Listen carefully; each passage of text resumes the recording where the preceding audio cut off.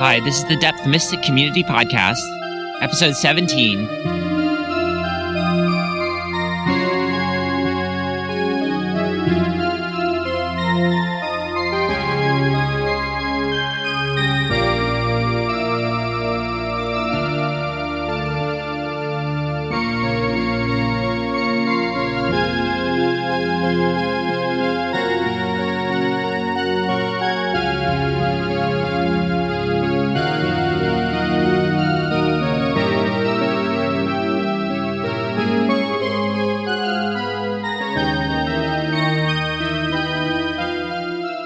It's been a strange week, and I'm recording an episode pretty much at the last minute.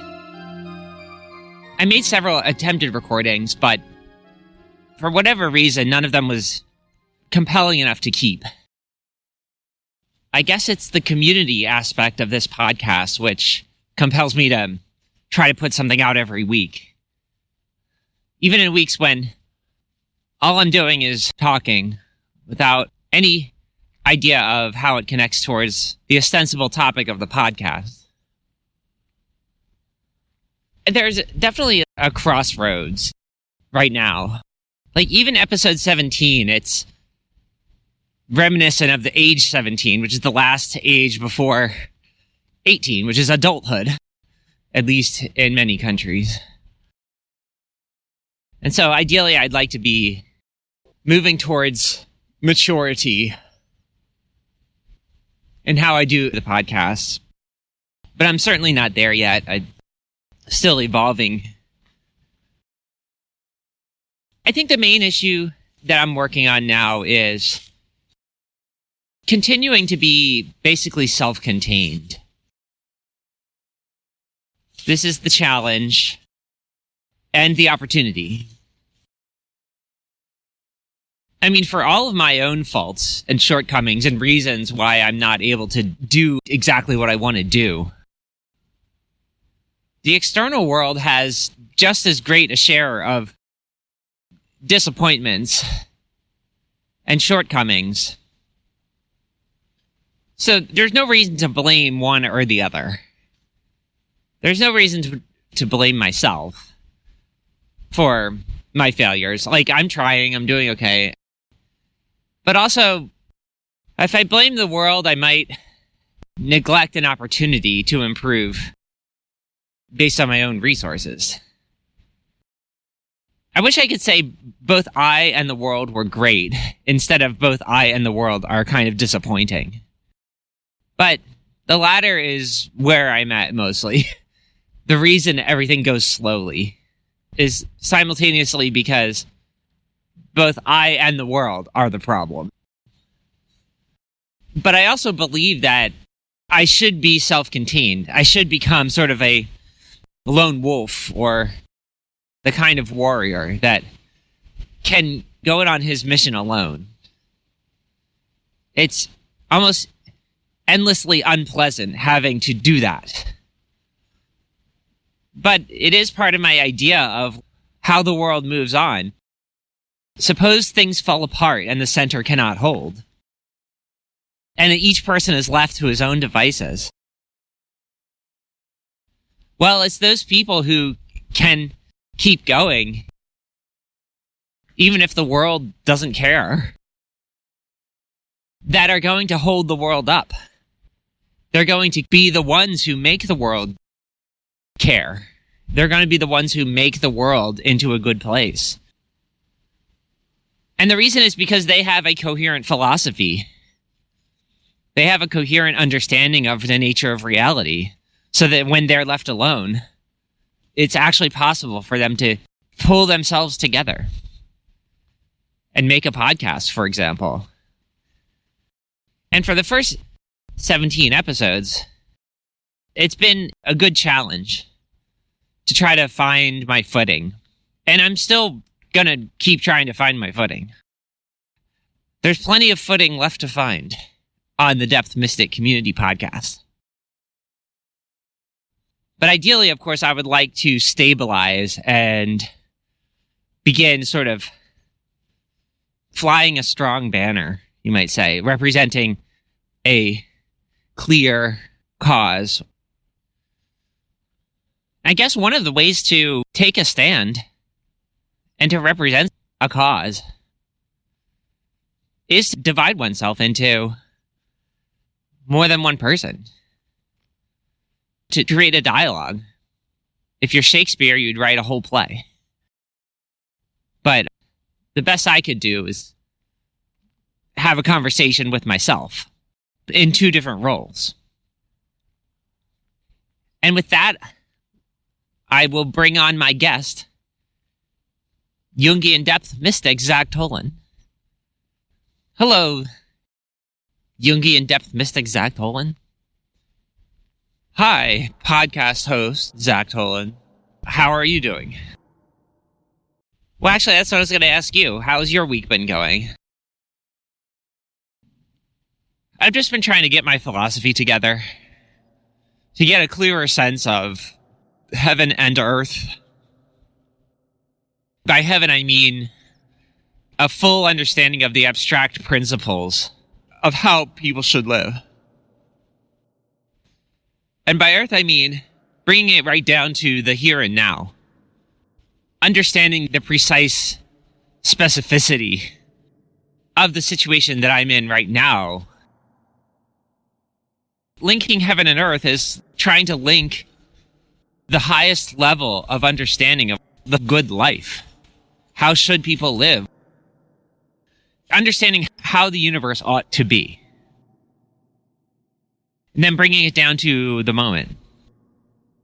What can I do right now to harmonize with the way reality ought to be?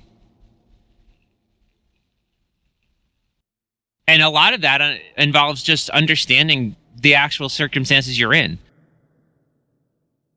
It's not always about doing something. Frequently, it's about recognizing the need for more consciousness, more awareness of the circumstances at hand. Like, in order to know what to do, you have to know what's going on. And the reason the world doesn't go well is because people don't really know what's going on. It's not that they don't do the right thing. It's that they don't understand anything. They don't understand the circumstances that they are in, and by extension, that the world is in, and by extension, that they are in. Like, the only way to understand your own circumstances completely is to understand the whole world. And if you're a fan of Jungian psychology, then you realize that the idea of the collective unconscious means that the main way to understand other people is to understand yourself. To understand the world out there means understanding the people in it. And the way to understand people is by using oneself as the primary scientific data. Because within oneself is the template for almost every other person. You just have to separate the things that make you different from other people and discover human nature within yourself. And that will help you understand all other people.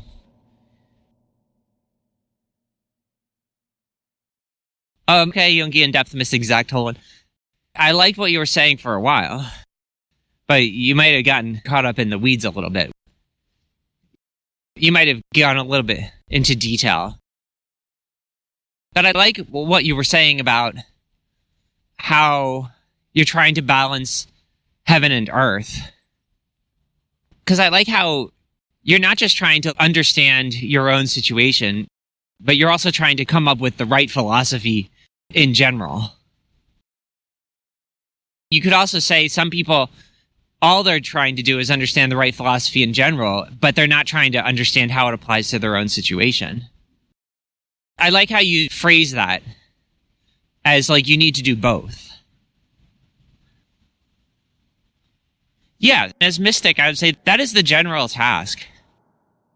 To use the Chinese yin and yang, that is how you do yin and yang. Yang is heaven.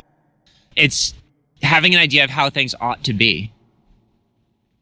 And then yin is having an understanding of how things are. And both take a ton of time. most people don't know enough about how things are. And then when they go and apply their pet theory of how things ought to be, they're not applying them to anything that actually exists. And the opposite problem is some people know how things actually are, but they don't think about general principles. They don't care what the general laws of nature are and the consequences of doing certain things. Like the general consequences of doing certain things. So there's a lot of people who don't care about abstract principles. I believe that that's what Chinese Taoist masters were aiming at with yin and yang. They're actively understanding both principles. And that is an accurate description of how things are. That there are these two factors, each of which needs to be acknowledged if you're going to be complete and coherent. Well, as host, I would say everybody does these things automatically. I think the problem is they don't do them very well. People don't think clearly. They don't have good ideas. They don't actually understand how things ought to be in the most general way, on the one hand, and they don't understand how things actually are, on the other hand. So I think everybody has their yin and their yang, but very few people seem to be Taoist masters. How many people qualify as enlightened? How many people are just living masters? Like they have a complete understanding of the big picture, but also of what's possible for them. There are many times and places where one person can't do much to affect the big picture. And if you're not aware of that and you don't accept that, then your understanding of how things actually are, of reality, is your yin. You have weak yin. Now, sometimes you can and should do things, but you've lulled yourself into a false sense of not needing to do anything. And that's because your yang isn't strong enough. You don't have a clear enough sense of how things ought to be and the fact that you can actually do something. But the ultimate thing is to be in reality, to be in the actual world. Now, there are some schools of thought that say, as a person thinks, so does the world conform to that thinking. So that by the power of positive thinking, you can change the world. If you think it's positive, then it becomes positive. But very frequently, these people don't have enough understanding of yin, of the darkness. They're not actually grounded in reality. However, sometimes they're right. Sometimes adopting the correct attitude about how things ought to be makes certain things possible. So they're not always wrong, but from my perspective, they're usually wrong. Like, usually the problem is people don't understand reality, the actual situation that they're in. And sometimes it's because they evade it. They're in denial. They could have that understanding, but they choose not to. That's very common. Other times, they just have not intellectually encountered the concepts necessary to understand the situation. Other times, it's genuine ignorance or not knowing. Well, ignorance is an ambiguous word, isn't it? As podcast host, I guess I should point out, ignorance could mean you're deliberately ignoring something, or it could mean you just didn't know something. I heard one talker use the word nescience. You're nescient means you genuinely don't know a thing. Nescient means genuinely not knowing, whereas ignorance could mean you're deliberately not knowing. And that's more common than the power of positive thinking to achieve great results. Although I do allow that sometimes the power of positive thinking does achieve great results. I think it's only a Taoist who can allow for both of these things. There are people who are basically all in on positive thinking. They can only do yang. They're not interested in just looking at reality and trying to figure out what it is. And other people, they're actually not good enough at constructive thinking. But I would say that's what a Taoist master does, is they balance the power of positive thinking with actual acceptance of that which they cannot control. And all of this is summarized in that serenity prayer. God, grant me the strength to change that which I can change, the patience to accept that which I cannot change, and the wisdom to know the difference. It's all in there. That's yang, yin, and the Tao. The wisdom to know the difference is the Tao.